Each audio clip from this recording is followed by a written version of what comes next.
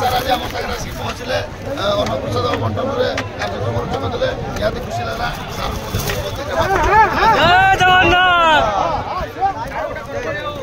ଜୟ ଜଗନ୍ନାଥ ଜୟ ଜଗନ୍ନାଥ।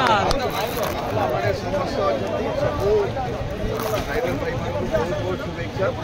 ଆପଣମାନେ ଅଛନ୍ତି କି ଏତେ ବଡ଼ ରଥଯାତ୍ରା ଚାଲିଛି, ଏବେ ରାଜ୍ୟ ସାରାରେ ବହୁତ ବନ୍ୟା ପରିସ୍ଥିତି ଅଛି।